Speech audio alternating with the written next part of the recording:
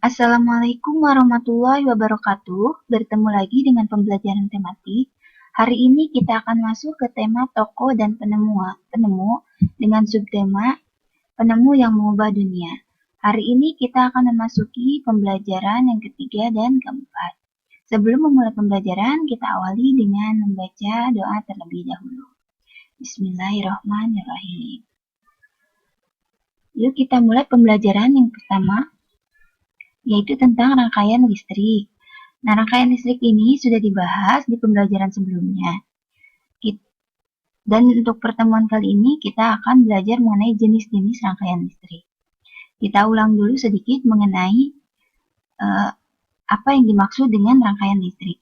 Rangkaian listrik ini adalah susunan komponen-komponen elektronika yang dirangkai dengan sumber listrik menjadi satu kesatuan yang memiliki kegunaan tertentu.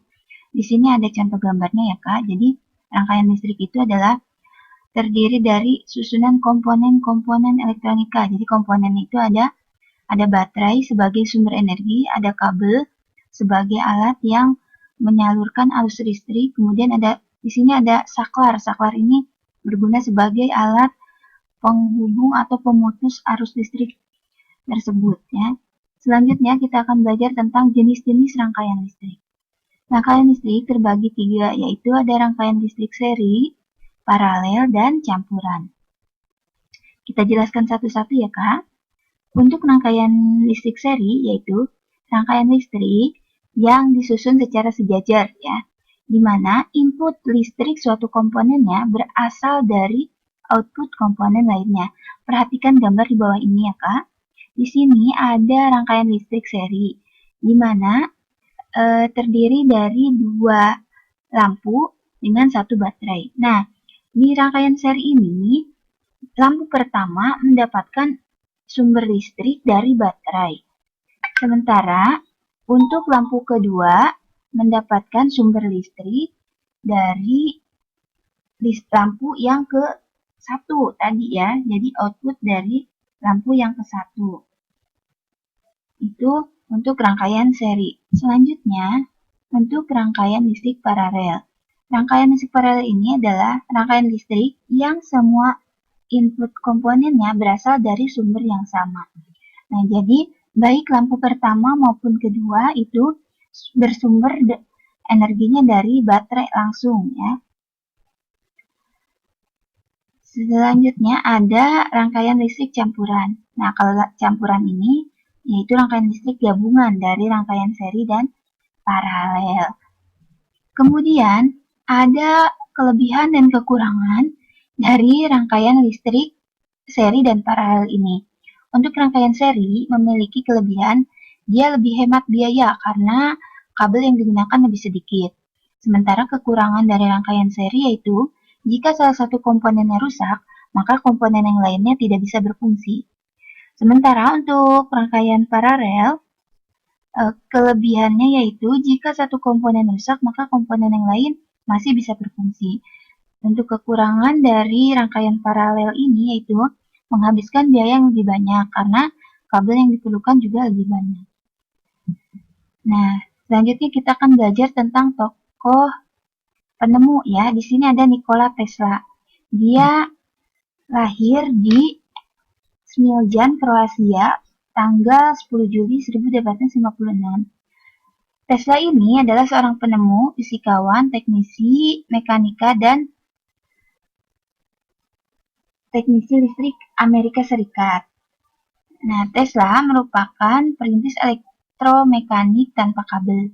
Ia menemukan teori yang merupakan dasar dari daya listrik arus bolak-balik atau AC dan motor AC yang diumumkan pada revolusi industri kedua. Dalam laboratoriumnya, Tesla mematenkan AC motor induksi dan transformator.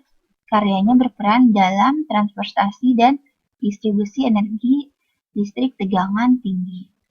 Nah, untuk cerita yang lebih lengkapnya, kakak bisa baca di buku paket halaman 21. Selanjutnya ada penemu lampu pijar. Nah, lampu pijar ini memiliki tahapan atau sejarah ya dalam perkembangannya. Yang pertama dimulai dengan ditemukannya Volta oleh Alessandro Volta. Kemudian Sir Humphrey menunjukkan bahwa arus listrik dapat memanaskan seuntai logam tipis hingga menyala putih. Ada lagi toko yang merancang lampu dengan menempatkan kumparan logam yang dapat dialiri arus listrik. Selanjutnya, ada Thomas Alva Edison yang ikut serta dalam merancang lampu pijar. Ia mencurahkan seluruh tenaga dan waktu serta menghabiskan uang yang banyak dalam waktu 2 tahun untuk percobaan membuat lampu pijar. Hingga di bulan April 1879, Thomas Alva Edison mendapatkan paten pertamanya,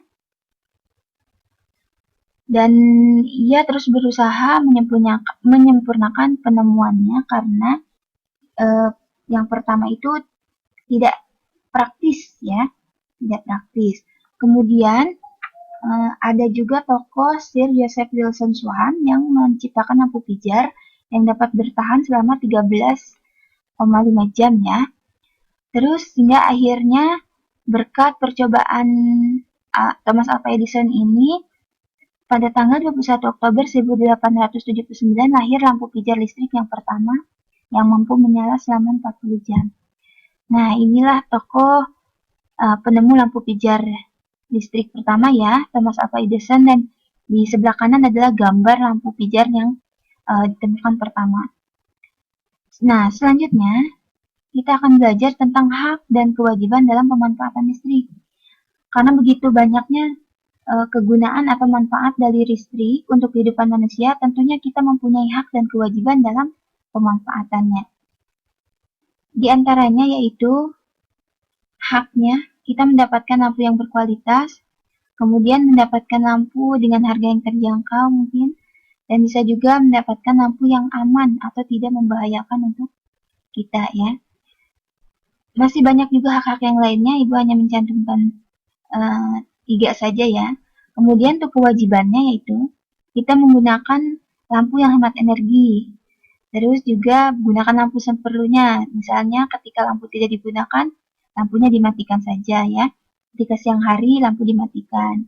Karena kita mendapat sumber cahaya dari matahari ya kalau siang.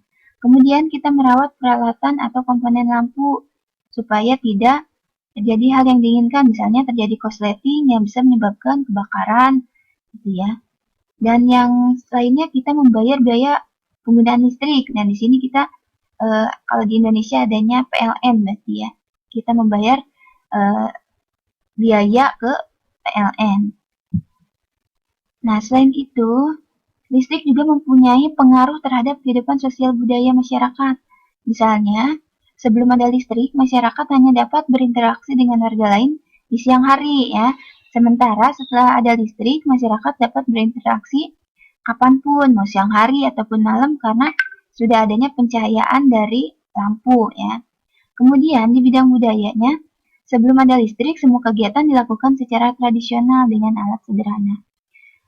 Sementara setelah ada listrik, semua kegiatan masyarakat dilakukan secara modern dengan alat elektronik, baik itu misalnya dalam berkomunikasi menggunakan telepon, belajar bisa menggunakan komputer, terus mendapatkan berita atau informasi baik di dalam ataupun luar negeri melalui televisi ataupun internet.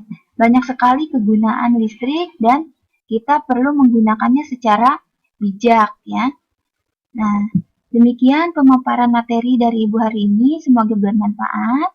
Terima kasih atas perhatiannya dan tetap semangat belajar, selalu jaga kesehatan.